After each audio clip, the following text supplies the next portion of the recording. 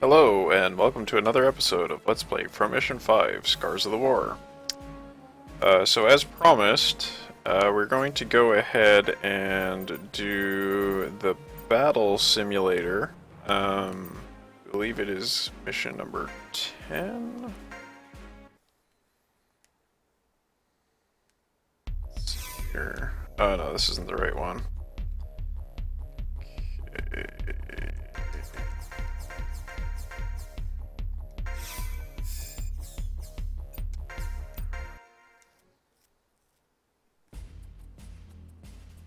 I believe it's 11. Sorry about that.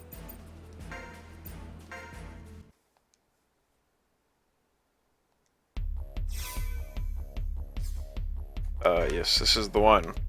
So, basically this mission is like a more difficult, version of the, jungle evasion mission that we encountered in our, border defense campaign with the Strike Wyverns. And really, it's not that hard, it's just a matter of not getting greedy. You know, I just have to pace myself, and I think we're going to be fine here. What I've always done is just overcommitted and lost a pilot, and if you lose one pilot, then you fail the mission.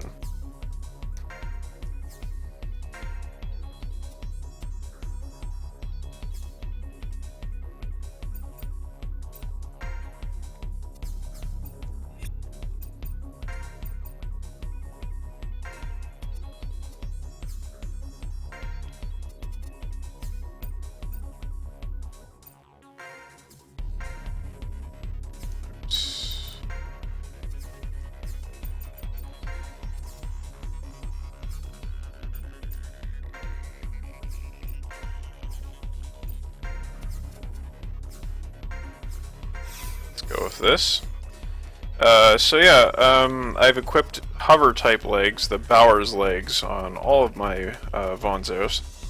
And we're just gonna go ahead and do this. You can see these yellow guys here, they're like elites basically. And if we want to use like Diablo terminology.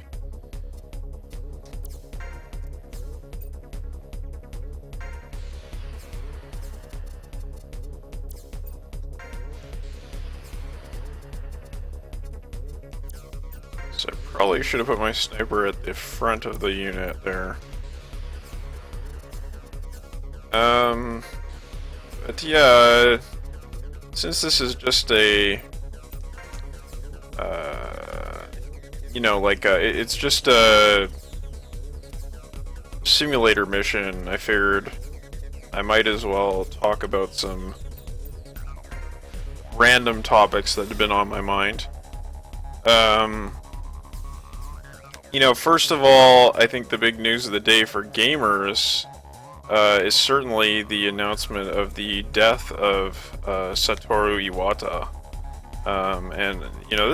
This, even though I really wasn't a big fan of a lot of Iwata's ideas and policies, particularly the region locking on the latest generation of Nintendo devices, which really did prevent me from buying any of those because of the fact that I moved back and forth between Canada and Japan, and I would have to buy a Wii U for Canada and a Wii U for Japan, and a 3DS for Canada and a 3DS for Japan.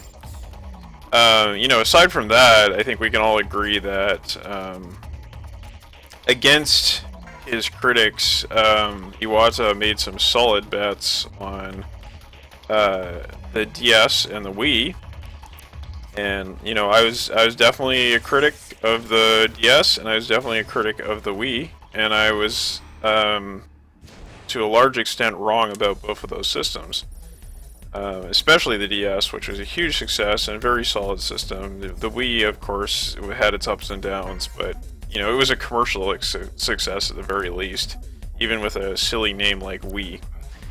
I think like you can see that Iwata wasn't a fool. He made a lot of ambitious bets which was really what he needed to do as the president of a company which is basically in a very precarious position relative to Sony and Microsoft after having gone through all the setbacks it's faced in the past because of its notoriously closed policies towards third-party developers, and because of the fact that Sony and Microsoft just have far larger corporations backing them up, and have much deeper pockets which they can use to sell high-end hardware at a considerable loss. So you gotta congratulate Iwata for doing as well as he did in his term as CEO of Nintendo. But I think, it's not really his business acumen that people are really expressing so much emotion about. It's his personality, like basically his public persona, right? As this kind of nice guy and goofy guy that was fun to listen to, and the really cool like Iwata Ask sections that people really like a lot. And then also of course his work as a developer for Nintendo when he did Balloon Fight, Kirby, and Earthbound. Earthbound, as many people are saying, Earthbound wouldn't have happened if it wasn't for Iwata. Of course, all the other people on the team were very important as well, but he did play a crucial role in making that project successful and making it come to market. Everybody, I think everybody can agree that Earthbound is a real milestone in the history of not just Japanese games or JRPGs, but also in like general game development history as well. So yeah, I mean, definitely the guy deserves some respect, and it kind of hit me like pretty hard because like I was just thinking that I was at the Bit Summit Indie Games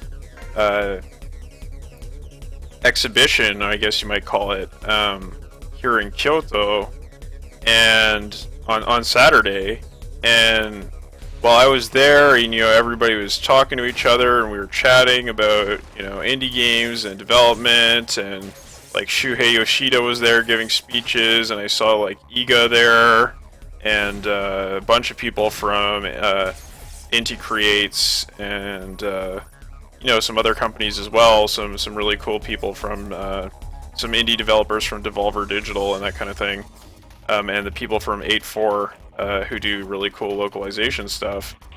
We were all having a good time and chatting and all this kind of thing, and then somewhere else in town, Iwata at that very moment was breathing his last breaths, and that's like, wow, like the contrast is huge.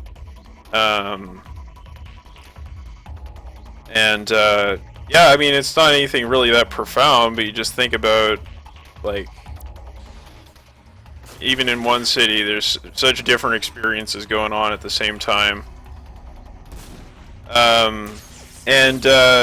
So one thing I guess, is that when I was at Bit Summit, I was just really struck, like, Nintendo is so conspicuous in its absence from that conference. Like, basically, Microsoft has a small presence there, and it's really a Sony deal, a Sony show in terms of like big corporate sponsorship. It's not like Nintendo has no presence; they do no sponsorship, and I mean, I don't want to like speak ill of the dead, but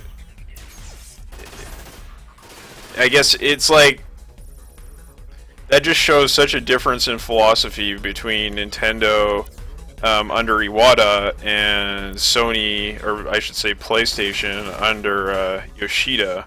Like, Yoshida is totally on board with indie game development, and Nintendo, they're just old school. Like, I'm not gonna say, like, their development philosophy, publishing philosophy, and so on is completely at odds with my own. But I cannot deny that they have had commercial successes, and that they also have made some excellent games. Like, there's no question. So, it's a bit weird that they don't support indie developers in their own backyard, in that way. But, you know, I guess on some level I still felt that it was kind of a nice thing that, like, even when, you know, like, Iwata was basically on his deathbed, there was still some really cool stuff going on in the games industry in Kyoto at that time, and people were having a good time. And, you know, Iwata, like, you know, no matter what his business philosophy is or was, and his and how he thought about secrecy and indie versus mainstream development, like, definitely he was the kind of guy who really liked games to be fun, and that really showed in his personality, and I think that's why people are remembering him so fondly today. So, yeah, definitely, that's, I mean, my condolences to the family and that kind of thing, but I can't say much more than that. But I guess it all affected us quite a bit. And I guess the other thing I wanted to say is that, like, even though I disagree with Iwata a lot, like, I was really disgusted by some of the vitriol that came out of, like, the last E3, like, from the fans. I mean, like, Nintendo screwed up E3, no question, right? Like, it was a disaster, okay? But,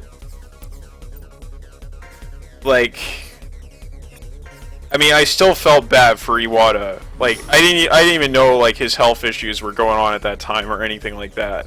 But I still felt bad for Iwata, like, you know, coming up there and being like, oh, please understand, and all this kind of, like, this was what he's famous for saying, is please understand, right? Like, whenever Nintendo made a big gaffe, he would go and apologize and say, please understand. And just, like, you know, I felt a lot worse for the people at Next Level, because they were, like, you know, getting the worst kind of threats, and people, like, demanding that this, like, new Metroid game be cancelled and all this kind of crap. It's like, yeah, it's okay to be angry that the franchise is kind of getting shafted, and that Nintendo had such a bad showing at E3, but, like, you know, don't make it personal. Don't, like, you know, don't, like, shit on developers when like, what they're doing is clearly not motivated by malice, right? I don't know what I can say other than that. I feel like it's just, like, when the news of Iwata's death came, like, I think people kind of had, like, a oh shit moment, like a kind of wake up and realize that being so angry at Nintendo all the time is maybe a little bit too much, and the people who work there are human beings as well, and the developers who work for Nintendo are trying to do a good job, and you know, generally Nintendo makes good stuff, even if they make a lot of questionable decisions. So, yeah, I mean, I guess it's kind of nice that people laid off the massive negativity about Nintendo today, and it's sad that, you know, it took something as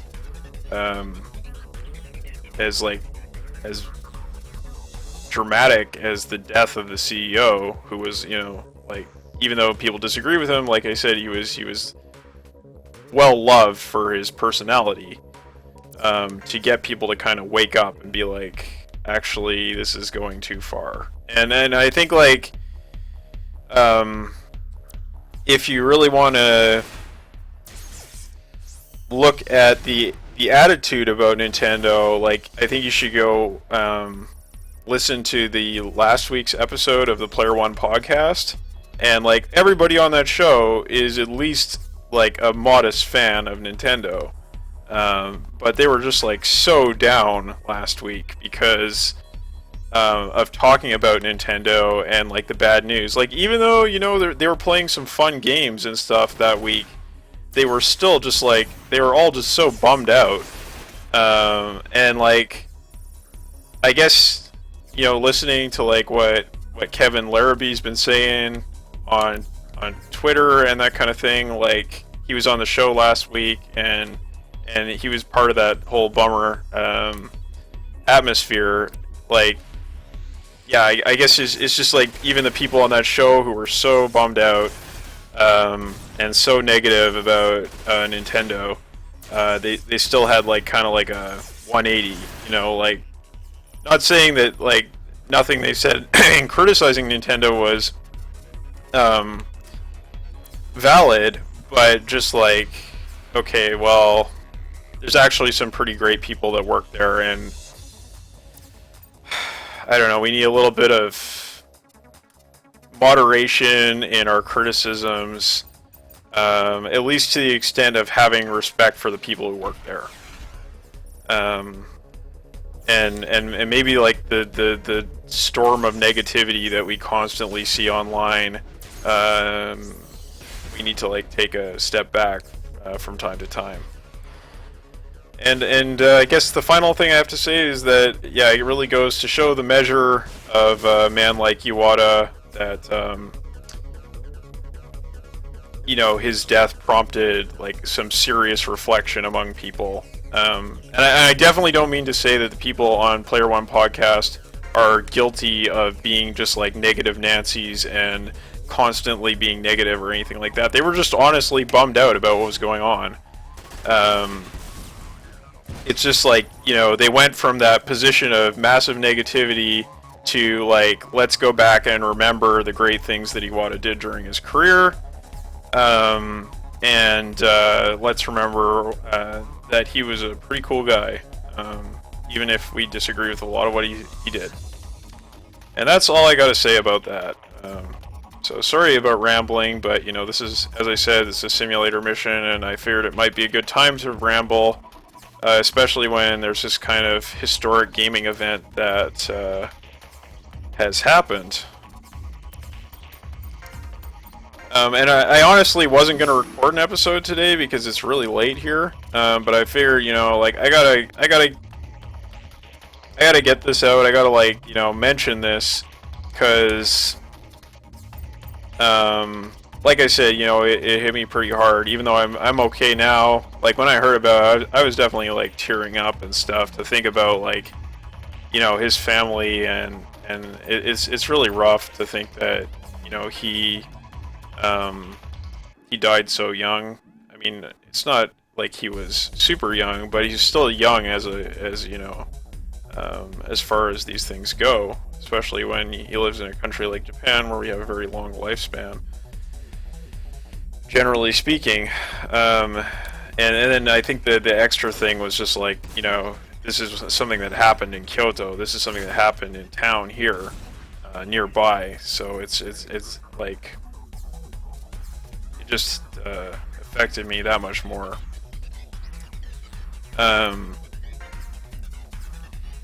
So yeah, so that convinced me to make this video tonight, even though it's 1 a.m. right now.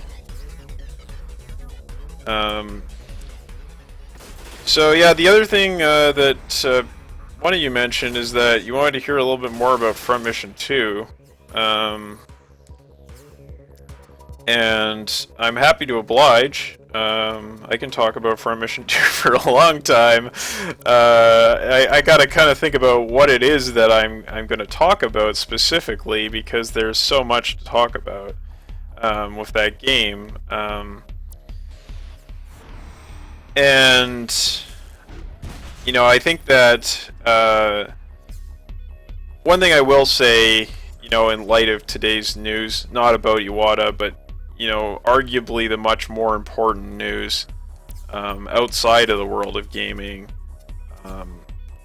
with the terrible, humiliating terms that the Greek government has accepted in relation to the Troika, in terms of basically having its financial system, like having it lifeblood pumped back into it, at massive cost to the average Greek, to working Greeks, and to the whole country, really.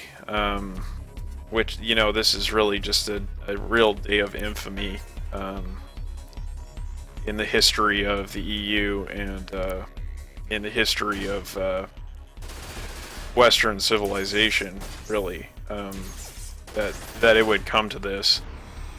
But you're probably thinking, well, what does this have to do with video games? What does it have to do with Front Mission 2? Well, really, if you want to talk about the analysis that is in Front Mission 2 about international relations and political economy, the situation that Greece is in today is not so different from the situation that Al-Ardesh is in Front Mission 2. I'm not saying like, oh, there's some profound truth in Front Mission 2 you can't find anywhere else, but like basically the situation of Al-Ardesh relative to that of the OCU is pretty similar to the situation of Greece relative to the EU today. So, like, as far as the Front Mission series really being topical and on point in its theories and its world building, I think today is a pretty good day to point out that sometimes they really were on point with what they were saying. So yeah, I mean, definitely, my sympathy goes out to any of you if you happen to be Greek and are suffering through this whole situation. I'm really sorry that it came to this. I'm not a European citizen, but I guess, we're all a little bit implicated in this whole nightmare. And I really hope that somehow things turn around and people aren't suffering so much anymore. So, as far as this goes with the Front Mission series, really the whole thing in Al-Ardesh in Front Mission 2, where it departs from reality and enters the realm of fantasy, is the whole thing about Morgan and his nationalist crusade against the superstates. Like, obviously the help, quote-unquote help, that Morgan was providing to the Al-Ardeshis was very, very mixed in its in its value or in its ethics or anything. I mean, it's pretty messed up. Like, when he was basically just taking advantage of these countries that have been screwed over by the superstates in order to get more test subjects and more infrastructure for his crusade against the superstates. There is no such organization as Grimnir in the real world. There's nobody for the Greeks to turn to like Morgan, for better or for worse. And I guess, that's where you can kind of say, like, okay, Front Mission definitely had its basis in some political theory. Like, they went and did their research and read poli-sci stuff. But when it enters into that, like, purely kind of dramatized Tom Clancy sort of situation, you know, it definitely does depart from reality, and we can't take it as like a serious guide to thinking about the world. And you know, as far as it goes, in Front Mission 2, really the whole situation is dramatized through a family conflict. I mentioned that you end up kind of working with the Mafia in Front Mission 2. Thomas, who is one of the main characters in the game, is kind of a pudgy, good old boy Australian who is a little bit, you know, he doesn't have any moral compunctions about maybe siphoning a few supplies from the OCU for his personal profit, and he doesn't mind working with the Mafia. Well, so that's how you get involved with the Mafia, is through Thomas, but basically the head of the Mafia is a guy named Sarabash, and the Mafia actually they're kind of the good guys in Front Mission 2, so that is a little bit questionable.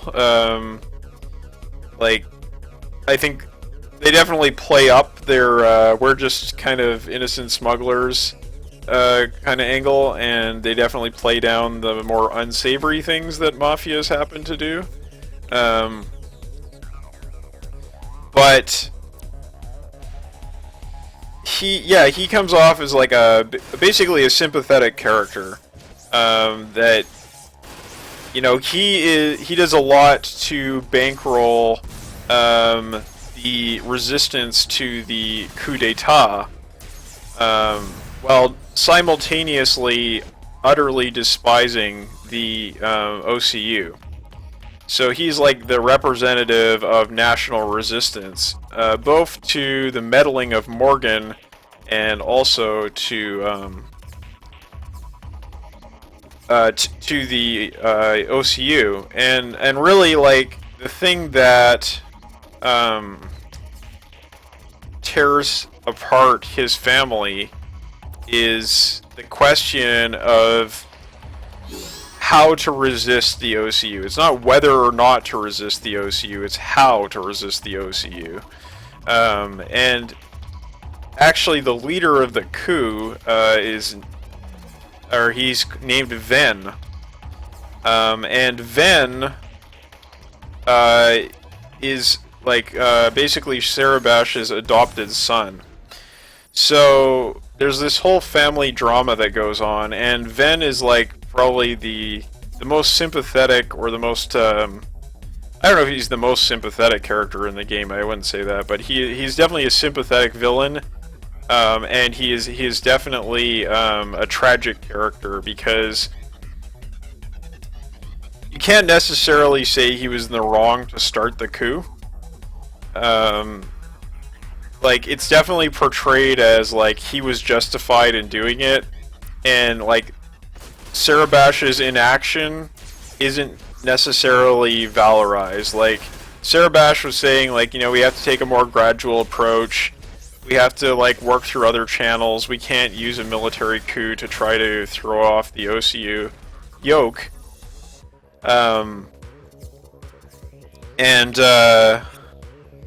Ven is much more radical, and willing to go to the lengths of starting the coup, and this is really what drives them apart. So it's not whether or not the OCU is bad. Both of them agree the OCU is bad. It's the method of whether they want to use reform or revolution, to put it very simply.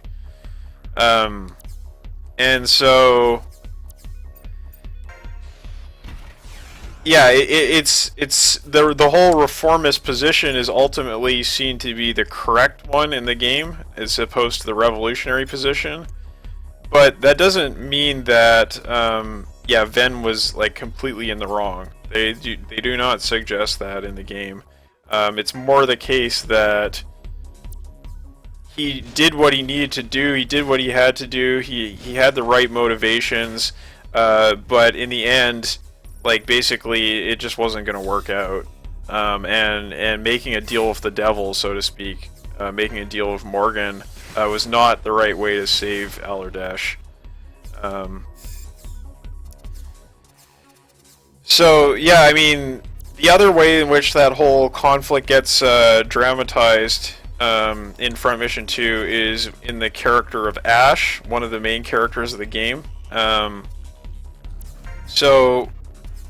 You may or may not be aware that the coup d'etat in Front Mission 2 is actually the second Alardashi coup. Like, so the one that has the assistance of Morgan is the second coup. But the first coup was much less successful, and it was actually stopped by Ash because Ash was a member of the Alardashi military, and he decided to kill the leader of the coup.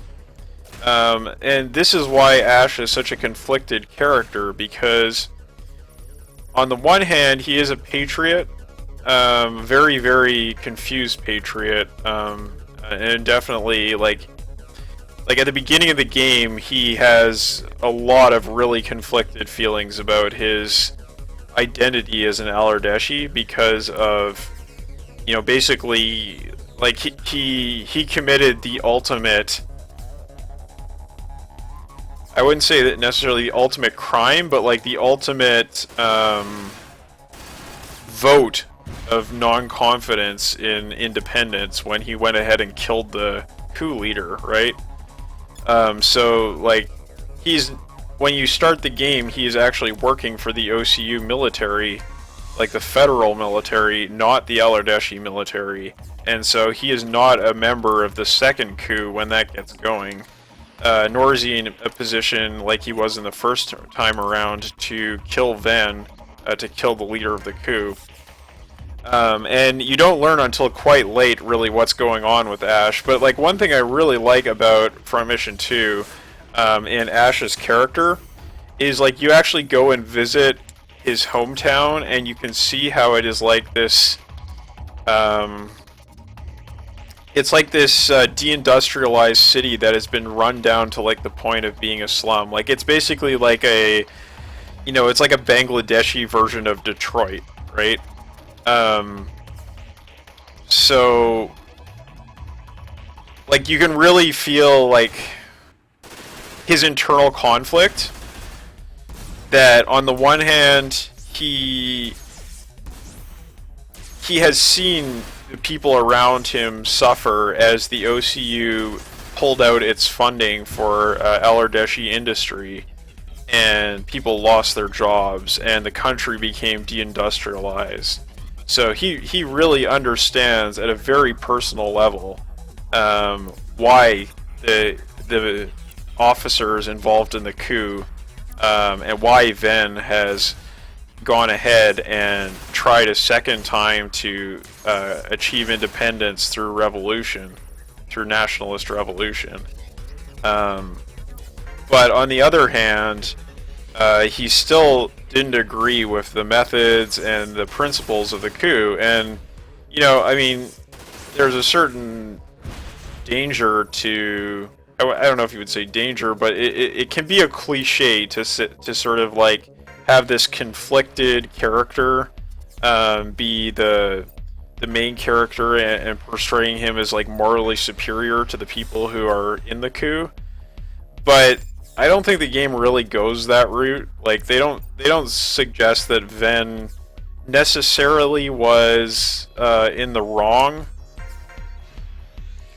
They more suggest that he didn't really know quite what he was getting into with Morgan, but nevertheless, you know, he did what he felt he had to do, and in some ways, he was necessary for Alardash achieving independence. And, you know, in a way, like, Morgan was actually necessary for Alardash achieving independence as well. However, he did try to destroy the entire OCU with Fenrir, and that certainly would have led to some pretty serious problems for Aladesh. So I don't think we should think of him as a hero by any means, even if he happened to be instrumental in the whole independence effort.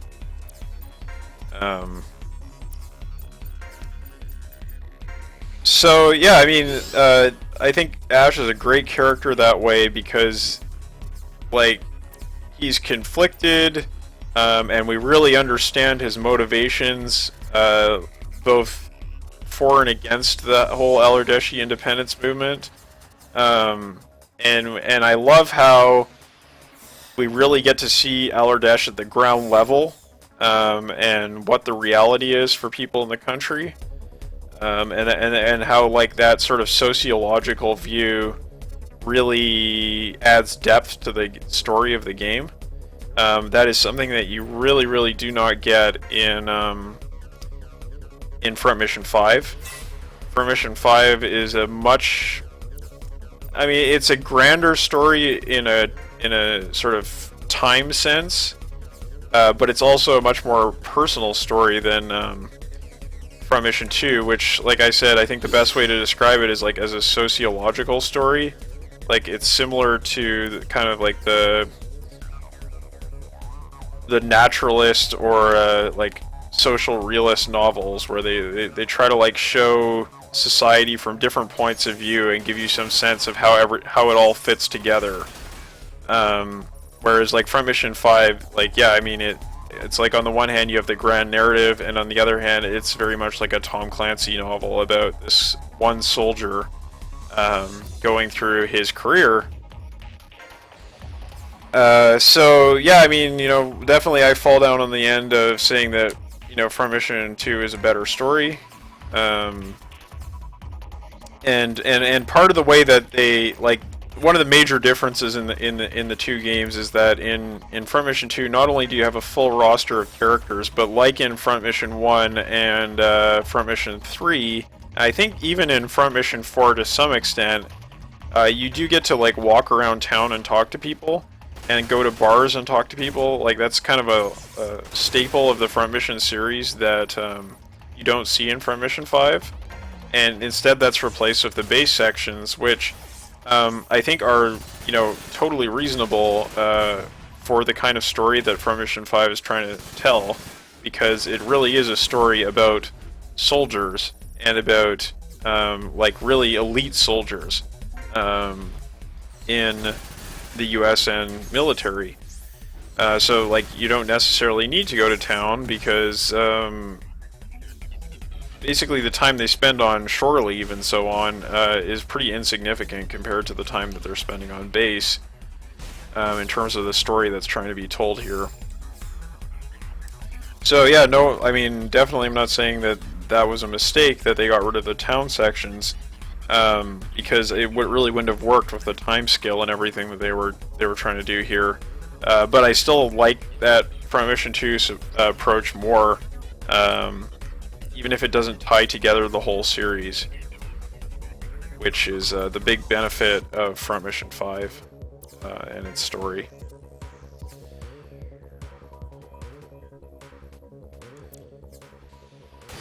So I've been rambling here for a while. Things are looking pretty okay in terms of our battle. And yeah, I'm sorry for getting, you know, so political in this video. I mean, I realize it's a Let's Play, and it's not necessarily the place to be lecturing people on my political views, but just some... I mean, I guess, like, on the one hand, Front Mission 2 is a very political story, and on the other hand, I just felt like the events that had taken place today were pretty extraordinary, and felt like I need to comment on that because, yeah, like I said, it's extraordinary. That's all I'll say about that. But as far as, hang on a second, I just want to make sure everybody's got their legs repaired. As far as this mission is going, I think things are going pretty well. I think we're going to win this without too much difficulty, and in some sense I feel like I kind of cheese this, because like I previously did it with much weaker units, and I probably could have won it with weaker units, but like I said, I tried it twice, and I kind of messed it up, because I was just reckless and wanting to finish the mission as fast as possible, because that's really the approach that I had taken with these kind of missions, these simulator missions, because when you start out, the simulator missions are really just a way to grind. They don't actually present much of a challenge at all. It's only when you get into the, like, around mission 10 that you start to actually see them become more like challenge missions. And so this is, this is really where the difficulty starts to ramp up. And I just wasn't approaching them the right way, because I was just like, okay, we'll just kill everything as fast as possible. But that's not really what you want to do here.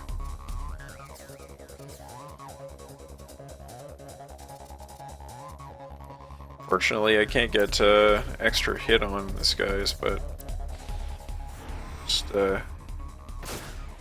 keep shooting them. Hopefully take out one of these guys.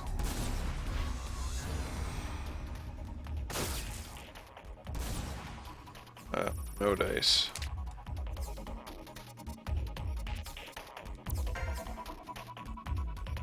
This'll do it.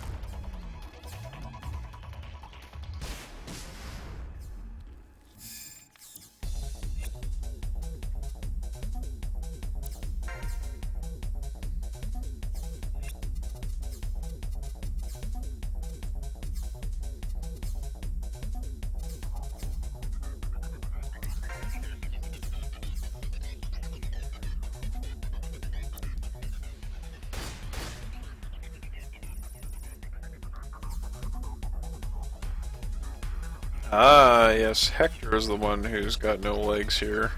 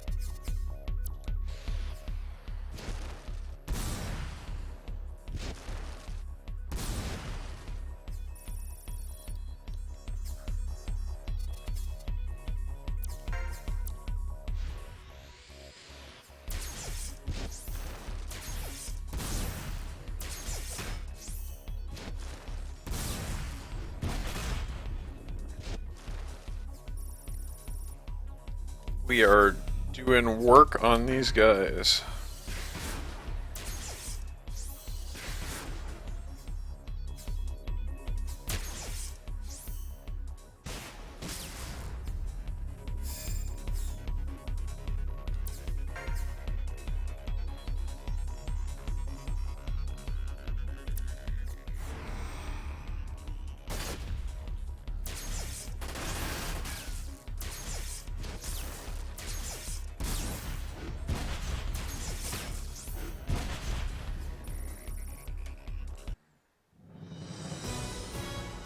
Oh, I see, you just have to kill the yellow guys and then you win. Okay. So we got a nice Gatling gun we might want to use. Take a look at that.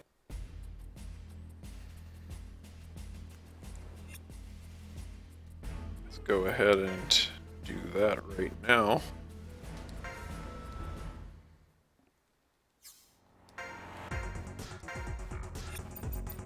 Let's get some proper legs back on here.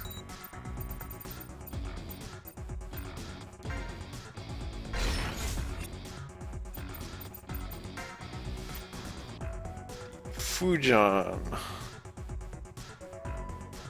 Well, it's kind of hard to tell whether it's any good or not until I can see the final stats, but it's kind of a cool looking model, I guess.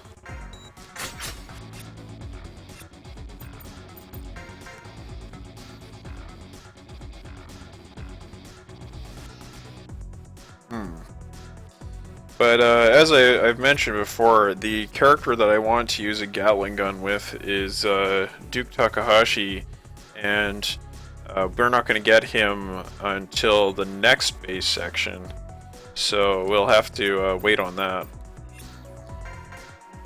Just going to make sure I equip the proper weapon again, so we don't get stuck with a Gatling gun by accident. Yeah, so I will just, you know, basically redo the setup, get the proper legs on, and we should pretty much be good to go for the next section of the game, the next mission section, where we'll be heading back to Cambodia to take out Morgan's, or I guess the recently deceased Morgan's infrastructure, factory infrastructure, and try to get a hold of the prototype Vonzer models, the S-type models that are loose in the country, are illegally being manufactured and distributed and so on in the country. So yeah, I hope I didn't turn you all off with my ranting about Nintendo and politics and so on. You'll have to forgive me. I don't get too many opportunities to go on a rant because I live in Japan and I don't usually rant in Japanese. So thanks for indulging me. Thanks for watching. And I hope you're looking forward to the next section of missions. There are some pretty challenging ones in there, and we are going to be revisiting some ideas and some more stuff from Front Mission 2 in those missions, and then we'll be on to the end game. So until then, I will see you next time.